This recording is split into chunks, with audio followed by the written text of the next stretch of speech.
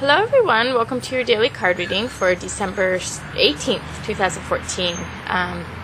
I am going to stick with this format. I just like it better. I like it better when I watch people that show the cards because I like to look at the cards, and I know it's just chickens on the cards, but it just kind of helps with a center of focus with the candle and the flowers, and we're all looking at the same thing together rather than me looking at you, looking at me, and then the chickens everywhere. But we always have the weekly or bi-weekly, the live chicken oracle reading too. So we can see the chickens in that, and they do come around. Today, actually, our chickens are inside because I have an interview, and I don't want them crowing, outside my window for the interview, and then after that, I can let them out, but I want to get this done because I have some plans this evening. So anyway, on to the reading. I think I'm going to do a relationship spread today because we haven't done that in a while, and so I'll do one tree magic card, and then an inner world and outer world, and then for psychology, and then physiology, the body, physical world, mental world, physical world, and an overall message card. So I'll start with the Gillian Kemp.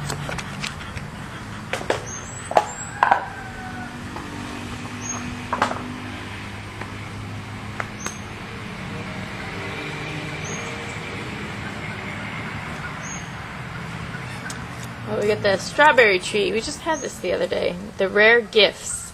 It says, when seeds fall, they return home to their true essence. Your true essence brings return and reintegration of spirit to spirit.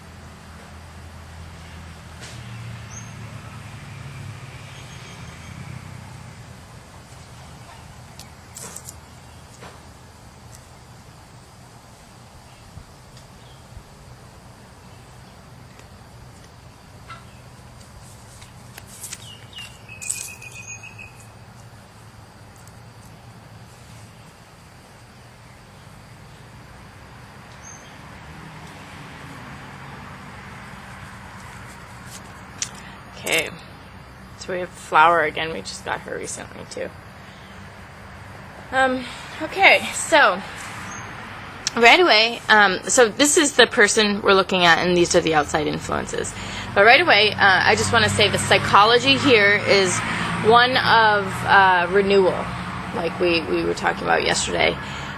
Really feeling strong in ourselves, getting back to ourselves, and that's what this reintegration of spirit to spirit is, and then bringing home the true essence. It's like rejuvenation and almost like soul retrieval, self retrieval. It's like, okay, bring self back to center here, kind of refreshing. And it's interesting because we have this going on psychologically for a person, but it's also mirrored in the external world here. So this is the person we're looking at, and we have lavender, which is shaking things off and refreshing, renewing, cleansing the skin, cleansing the aura, getting rid of things that don't belong to you, and really refreshing yourself. So feeling new again, feeling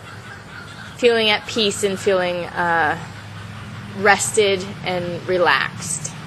And the outside coming in is chocolata, which has to do with really kind of being very, very attentive and very, very aware of what you're taking in. and be very aware of your medicines. And anything can be a medicine. In Chinese medicine, all food is medicine. So be very aware of your diet, what you're taking in. Be very conscious of the amounts of things that you're taking. Are they working? Are they not? Do you need to take something you're not taking? Do you need to cut something out of your diet? Really just being aware of what makes you feel good and what might bring you down. I was thinking about doing a fruit cleanse fasting, and actually I have a book right here. My friend who's staying with me, it has really interesting information about all the fruit and nuts and herbs and different things you can eat, and really all about all the medicinal properties of them and what they're good for, and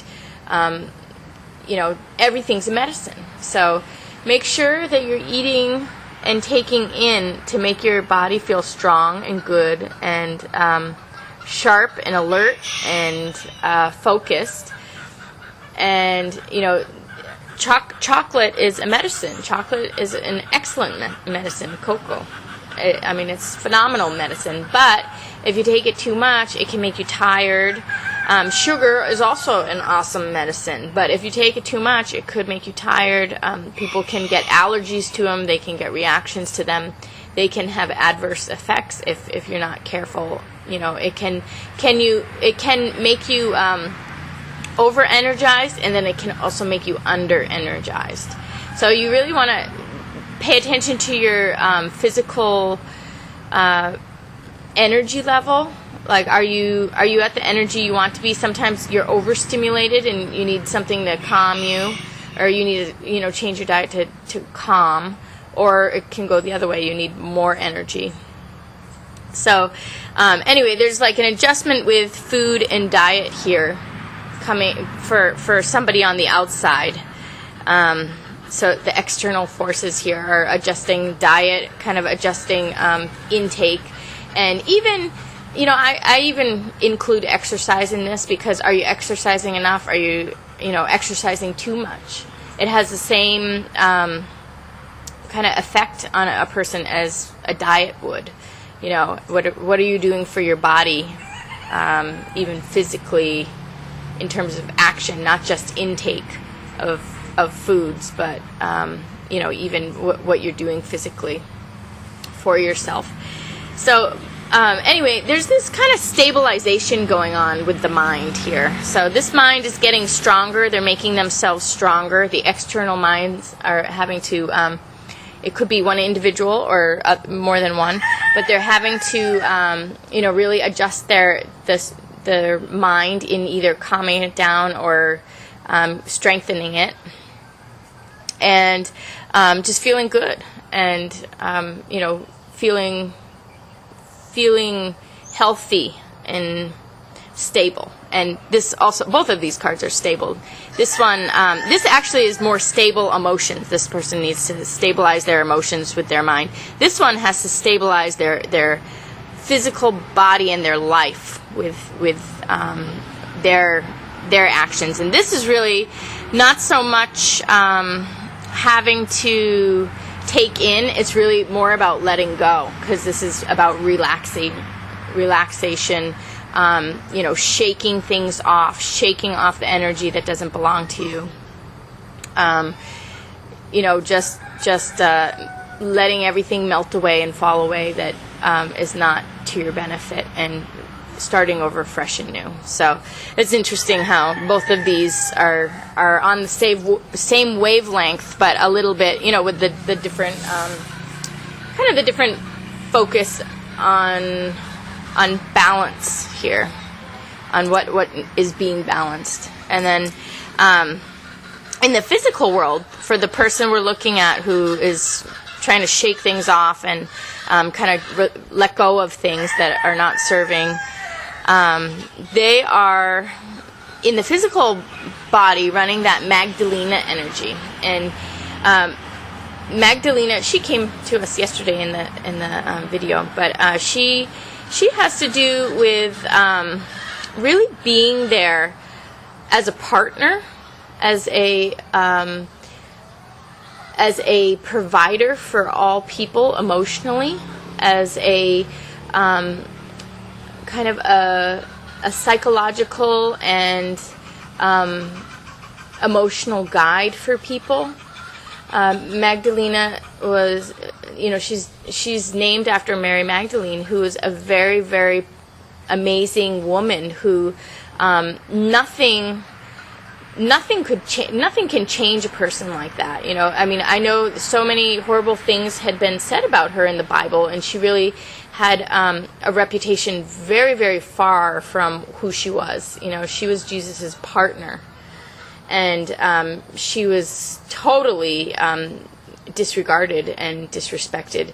So, again, it's interesting because this person, in her life experience that we know her of, she did have to shake things off. She had to shake things off all the time and come back to herself. But that self in the middle there was just this brilliant mind, beautiful soul that really had an incredible amount of knowledge and wisdom, and was, the top of the line of relations, like motherly energy of caring and providing for others. I always talk about how I firmly believe that the Virgin Mary, the sacred Virgin Mary, who was the mother figure to Jesus, who was, that all loving, really powerful aspect of God that was just perfect in so many ways, in all ways, just that perfect unconditional love. I don't understand how it could not be Mary Magdalene, his wife, his partner. And maybe they weren't married, but I don't know, maybe they were, but it doesn't matter. They were soulmates. They were twin flames. They were like the perfect partnership. And when you have such a strong bond like that, the person you're in partnership is the person who is that mother figure to you, or that father figure to you. If you're deeply in love with somebody, they take over the mother and father energy of your life, and they rebirth you. They give you the immaculate conception of who you become. You are reborn with this person in their love. And so anyway, she was just like this phenomenal love. And it's not just towards a partner. It's really towards society and towards everybody. And really that unconditional caring and providing, and that strength and beauty of spirit and intelligence of mind and spirit. And so anyway, this energy is really coming out here. It's the Queen of Hearts, the Queen of Emotions, the Queen of Cups. And but in the psychological realm, there's this shaking off and coming back to this. So we really need to get centered on our Magdalena aspect, the Mother Mary within us, that pure being within us that loves unconditionally. And that's also, lavender is about purification. So if we have had a similar experience to Mary Magdalene where she was disrespected, then we need to shake that off, because that doesn't belong to this person. This person deserves the honor and love that people give to the Virgin Mary, the Mother Mary, and to God. That God within her needs to be honored, and so shake anything off that is taking away from the presence of this energy within you, or the person we're looking at here. And then the outside energy coming in is this person is really trying to create their lives what they want it. They're trying to become happy in their moment-to-moment existence. And again, this is actually a soul retrieval card. It's about bringing the past present and bringing the future present, bringing time into presence. And that's Tang. It's creating sweet emotions. And she said, I don't know why I didn't notice this, but this is also a 4. So this person is really stabilizing here. This person is stable already in the physical, but psychologically they need to shake things off. This person is doing this major stabilization process here, where they're really adjusting their emotional state and their nervous system. There's an adjustment, and there's a really conscious adjustment of diet and exercise here. And then in the physical world, really coming to that place of sweet emotions. That's what Tang is all about. It's like, that memory of sweet emotions when you feel that inner child glow within you. So, but it's also, bringing that past present and bringing the future present, making the moment-to-moment existence exactly what you want, like in terms of emotions, in terms of feeling fulfilled, and feeling like you're living the life of your dreams. Because we can all feel like that at any point in time, no matter how hard our life may be or whatever we're going through. We can feel like we are, that beautiful artist making love from everything that we experience. Making beautiful, songs and stories about our life in every moment.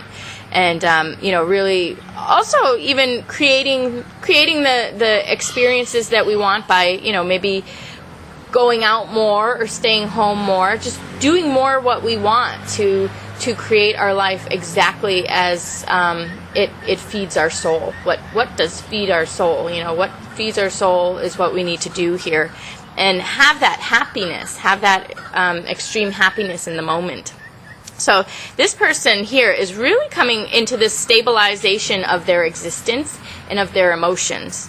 And it's interesting because both of these kind of cross over between action and emotions, both of these cards here. So this is almost like doing everything with actions, changing everything with actions for the emotions. And this is really creating the emotions and doing everything the person can to create the emotions, and have the actions and have the action of life be in alignment with the emotions by bringing the mind, that soul retrieval thing again, and then also creating the life, and then to bring that emotional peace and that emotional fulfillment to them, where they're feeling like really.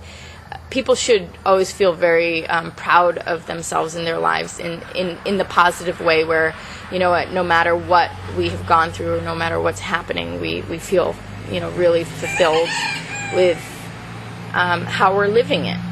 So, and then the overall message card here is Flower, which is again that harmonious relations with others and looking at others with eyes of love and healing, and being able to really change what we're looking at by seeing what is and focusing on the positive and bringing out the positive and interacting based on our vision to bring out the best in everybody, and really creating a really harmonious and positive world through our vision and through the way we're looking at people and through the way we're seeing them. So, again, the card here is the strawberry tree, number 21. And the strawberry does have to do symbolically. It represents the nose for some reason, and it also represents, the nose represents the ego, and the kind of the ego personality that is kind of on display, so how you're appearing to others. And it also, it has to do with the heart also. So this is like the heart of the ego. That's what it has to do with. It has to do with the heart of the ego, and also how that heart, there's the deep heart, and then that radiates like the aura. So just just how that's interacting with the world, and then this gift coming in. And anyway, and then the number here is 1 in the physical. So again, that centration, that coming back to self, and also relating to others. So actually, that number there totally symbolizes what I was talking about with the strawberry, where it's the heart and the aura. The aura is like the all the relations, the feeling of the external world, and relating to that. Whereas the 1 is the self, the heart within. So there's like that duality of being centered and being, centrated in oneself, and then also having that radiate in really, positive relations with others. So it says, when the seeds fall, they return home to their true essence. Your true essence brings return and reintegration of spirit to spirit.